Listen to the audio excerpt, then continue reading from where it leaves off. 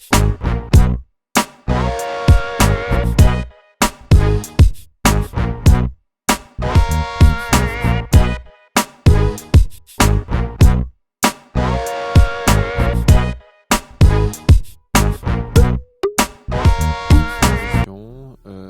en termes de réalisation, on va dire que ce qui est intéressant, c'est que la couleur dominante du précédent revient ici, c'est-à-dire le vert, donc symboliquement la couleur de la nature. Alors, et puis ça colle très bien parce que il faut savoir que quand il y a de la peur, il n'y a pas d'amour. Donc ça fait très longtemps que je voulais faire quelque chose sur la peur quand j'ai commencé les.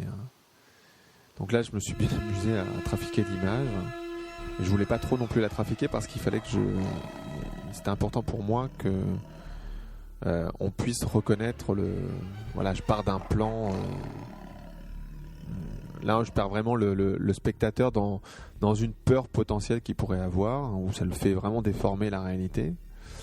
Donc, où je rajoute un peu je dirais des effets sonores pour ajouter. Et puis, un hasard m'a fait amener quand j'ai écrit la phrase, à laisser une couleur. C'est-à-dire la personne est tellement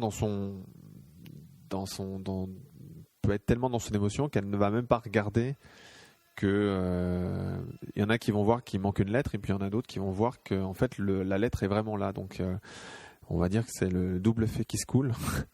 Je sais pas si ça se dit encore de nos jours. Mais en tout cas, on a l'impression de sortir de l'expérience, mais on est encore dans l'expérience. Voilà. Donc je joue vraiment sur le cliché et c'est un film comme j'aime les faire, c'est-à-dire où il y a une interactivité, c'est-à-dire que c'est pas un film fait gratuitement entre guillemets, c'est-à-dire fait avec des petits effets, etc. pour faire sa petite leçon de morale.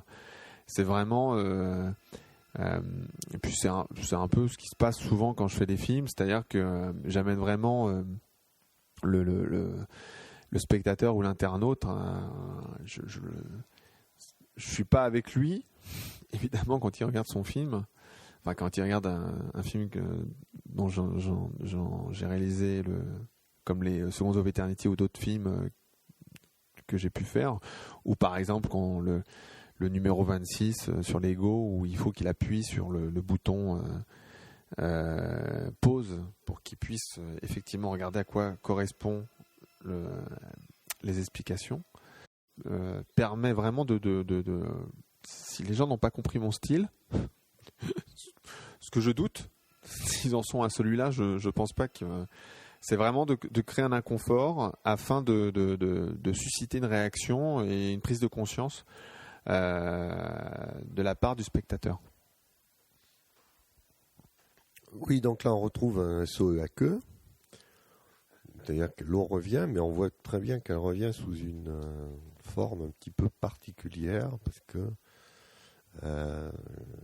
elle est déformée, et il y a une peur, effectivement, quand on regarde ça, il y a vraiment un sentiment de peur qui se dégage, mais pas de l'image de l'eau, de l'image qui a été modifiée. Il y a une autre chose qui est extrêmement, pour un scientifique, extrêmement troublante dans cette image, et qui est vraiment incompréhensible, mais qui illustre très bien le message que veut faire passer le réalisateur, c'est la notion de symétrie. L'image est déformée et parfaitement symétrique en fait.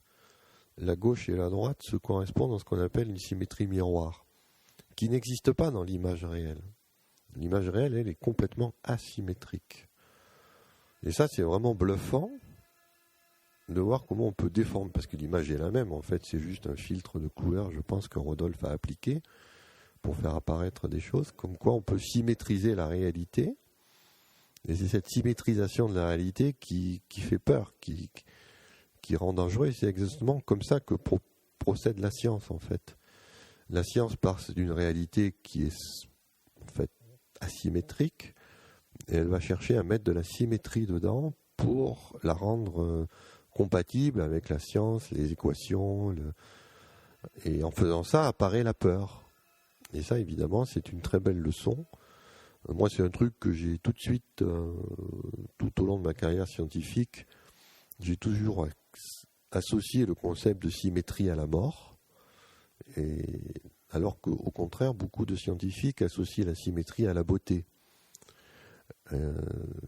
Et non, si on y réfléchit, en fait, c'est partout où les choses sont symétriques, interchangeables, on n'est pas dans un mode vivant.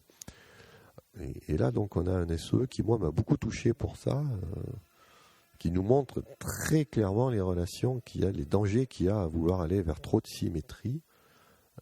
La peur apparaît, le danger, alors qu'en fait, il n'y en a pas. Ce n'est que la façon qu'on a de traiter la chose qui engendre la peur. Donc moi, un SOE, effectivement, très très évolué.